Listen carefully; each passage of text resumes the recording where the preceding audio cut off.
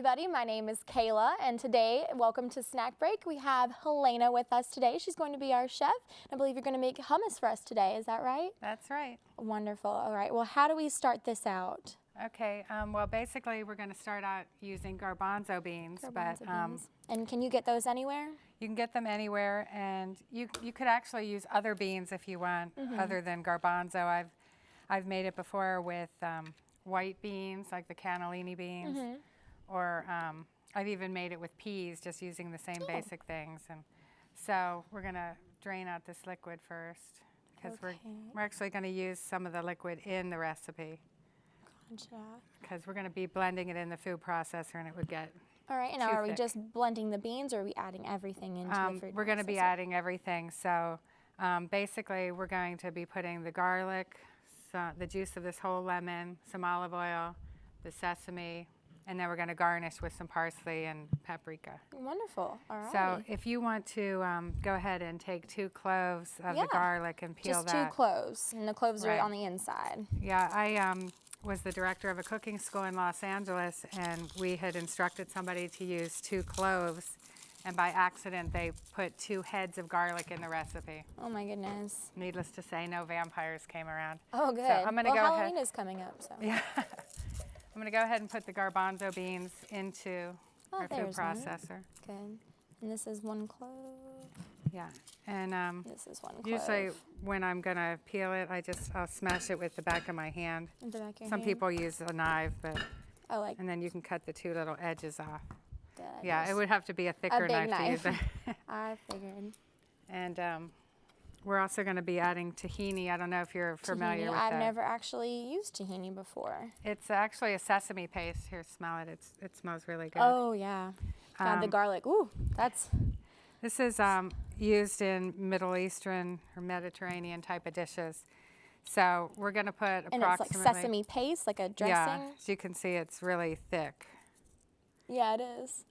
So we're going to use about 2 tablespoons of that in here. And I'm actually just going to eye it because you know what you're doing, so you don't need to well, you know, this kind of recipe, you don't really have to follow. It's not like baking where you have to put, you know. As this cups of this and... All right, now do we need to smash these garlic cloves? No, you just need to peel them because they're going to go right into here. He's a little tricky getting the skin off of this one right here. Oh, here, I can help you with that one. If you want, you could cut the lemon. Yeah, just cut it in half? Yeah, we're going to cut it in half, and then you're going to juice it. Ooh, that I can do. Yeah, sometimes these are stubborn. But and just stick it on and twist? Yes. So as far as following the recipe, you know, if you like more garlic, you can put in, you know, 1 or 2 more cloves. I'm just going to keep it kind of mild. So it's really just kind of whatever you want it to be. If you want it to be more garlicky or more lemony, you can add more or less. Like I always, in all of my recipes, I tell people, as soon as you're, you know, done making it, taste it, and then adjust it to your own palate. All right. Ooh, I love this juicer. So we're going to use about 1/4 cup, even though this ended up to be about 1/2 cup of juice. Just use a little bit. Good. And then just the lemon juice. This is a great juicer. It gets all the seeds out. Yeah. I'm going to sprinkle just a little bit of sea salt in here. It's about, I guess, 1/4 to 1/2 teaspoon. Of sea salt. All right. Is that good for the juice? Yes. Awesome. All right. Okay, so we're going to pour that into the food processor as well. This recipe is really so easy, and I know that you can buy a lot of different hummuses in the supermarket, but nothing really tastes as good as homemade hummus. Always better homemade. So I'm going to take this off so we can drizzle some olive oil in here as we get it going. Woo! There we go. Oh, yeah. So you can see how it thickened up. And oh, I love so I guess it's going to be about 2 tablespoons of olive oil. It really gives it a great flavor. Let's see. Okay, just check it out. Maybe a little bit more. Let me put this back on, actually. And now everything over here is just more of a garnish. We don't have to mix that into that. Right. We might want to clear this away, and we can chop some parsley. All right. We're going to put that on top.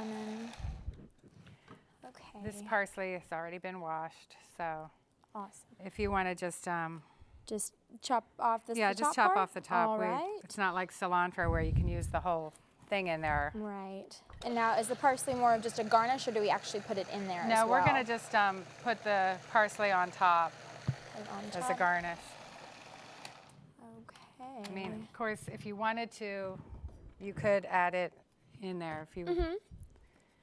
Is there anything else that you like to add in that just as kind of a special touch to you? I've added cilantro, as we just Cilantro. mentioned, and jalapeno Ooh, together. It's a jalapeno really great hummus. combo. Roasted red pepper. Okay. So you can really, this is something that you can just put your own personal touch on no matter what. Oh yeah, you can totally make Very it easy. your own. It's very good for like a party appetizer. So I want to taste this, and I'm actually going to use the other side of the spoon. Okay.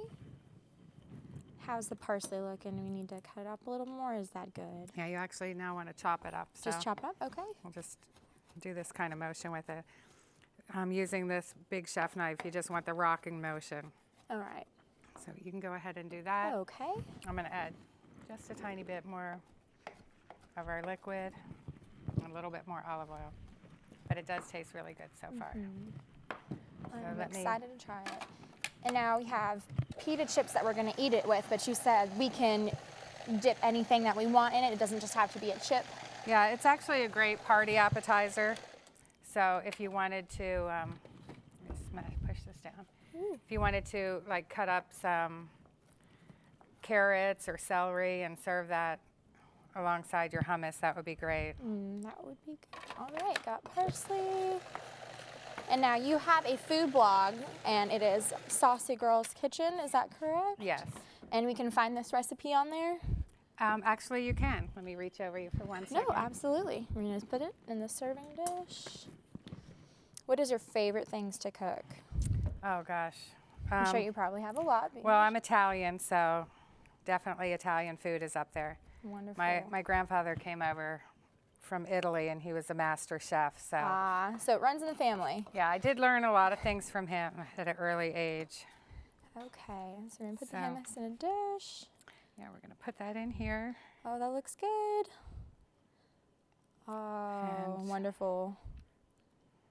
And then just add the parsley on top and the paprika. The paprika is also a garnish as well. Yeah, we're going to actually, let's drizzle a little bit of olive oil over it.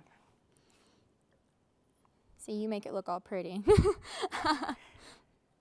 That's a good part. Okay. And then you can sprinkle some of that on top. Parsley, just a little bit. Good. And then we'll sift a little bit. This is Hungarian paprika. You could Now, actually. is paprika kind of, is it a little spicy, or is it more of a mild spice? This one is kind of mild, but you can get it smoked paprika is really good, and you can get a spicier paprika, Wonderful. which gives it more bite. And then we want to put our chips on the plate. Alrighty. These are pita chips, but as she said earlier, you can use carrot sticks, or you can make your own pita bread. It does not have to be chips, but I do actually love like these it pita with chips. just cut up pita wedges. You can have the warm bread and dip this in it. Awesome. Well, let's try this out. And again, everybody, go visit her food blog. It is Saucy Girls Kitchen, and you can find this recipe on here along with other recipes. Let's go ahead and give this a try. Take a smaller bite. Oh, so good. Oh my God. We should like taste a vision where you could get all this in it. Well, thank you for joining us today, guys. I'm Caleb. Thank you, Helena, so much. Thank you. And join us next time for Snack Break.